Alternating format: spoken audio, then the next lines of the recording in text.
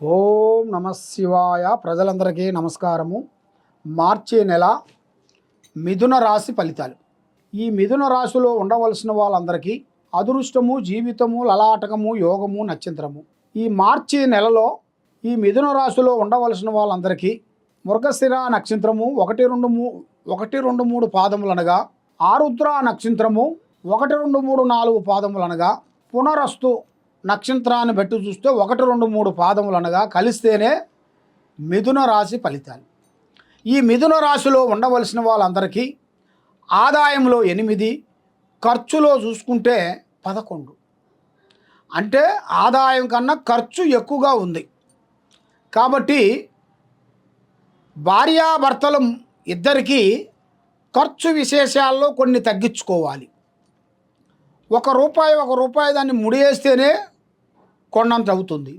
ఒక రూపాయి తీసేస్తూ ఉంటే ఎంతలా కొండైనా ఏమీ ఉండదు.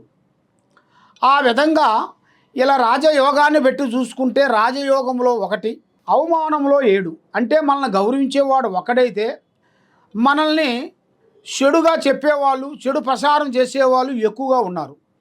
కాబట్టి వాళ్ళు ఎక్కువగా ఉన్నారు అని మన మైండ్ని డివైడ్ చేసుకోకూడదు. ఎవరో అంటుంటారు, ఏదేదో చేస్తుంటారు. వాళ్ళ అన్న ప్రకారంగా మనం నడవం కదా. వాళ్ళు తినమంటే తినం, కూర్చోమంటే కూర్చోం. మనకు ఆకలి అయితేనే భోజనం చేస్తాం, నిద్ర వస్తేనే పండుకుంటాం. వాడు పండుకోమంటే పండుకోం, కూర్చోమంటే కూర్చోం. ఆ విధంగా ఇలా జాతకాన్ని పెట్టి కొన్ని జాగ్రత్తలు తీసుకోవాలి.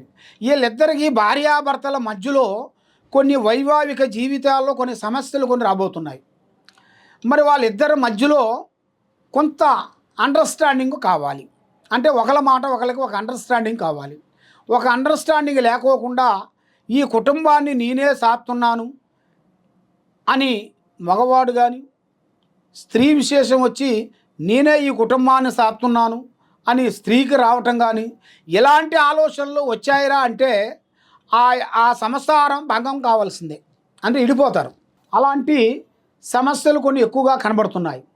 కాబట్టి మీ జీవితాన్ని బట్టి చూసుకుంటే ఈ మిథున రాశిలో ఉండవలసిన వాళ్ళకి కొత్త కార్యక్రమాలు, కొన్ని ప్రమోషన్ మార్పులు చేయాల్సిన వ్యవసాయంలో కానీ, వ్యాపారంలో కానీ కొంత అభివృద్ధి రావటం, కొన్ని పెద్ద కార్యక్రమాలను పూర్తి చేసుకోవటం, ఆ లక్ష్మీదేవత అనేది ఇలా చేతిలో ఎక్కువగా నిలబడుకోకుండా మానసికమైన ఒత్తిళ్ళు రావటం, ఇలాంటి కొన్ని సంఘటనలు ఎదురవుతున్నాయి. ఇలాంటి సంఘటనల వలన మనశ్శాంతి లేకోకుండా మానసికమైన ఒత్తిళ్ళు, సికాకులు ఎదురొచ్చే మార్గాలు ఉన్నాయి. స్త్రీ నుంచి పురుషుడికి, పురుషుడి నుంచి స్త్రీకి చాలా వరకు కొంత ఇబ్బందికరమైన సమస్యలు ఎదురొచ్చే మార్గాలు ఉన్నాయి. కాబట్టి మీరు ఏ కార్యక్రమం చేసినా, ఎక్కడ పోయినా కూడా మీరు చేయాల్సిన కార్యక్రమాన్ని పబ్లిక్ చేయొద్దండి. పని అయిన తర్వాత చెప్పుకోండి. పని కాకముందు ప్రాణం లాంటి స్నేహితుడు కానీ, మిత్రుడు కానీ, బంధువు కానీ, ప్రాణం లాంటి స్నేహితుడు కూడా మీ విషయాల్ని ఎవరికి పబ్లిసిటీ చేయొద్దండి.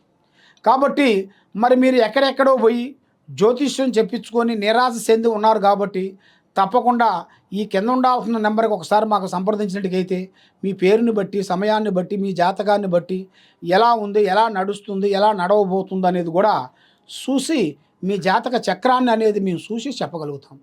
సర్వో జనా సుఖినో భవంతు. ఓం నమ శివాయ నమః.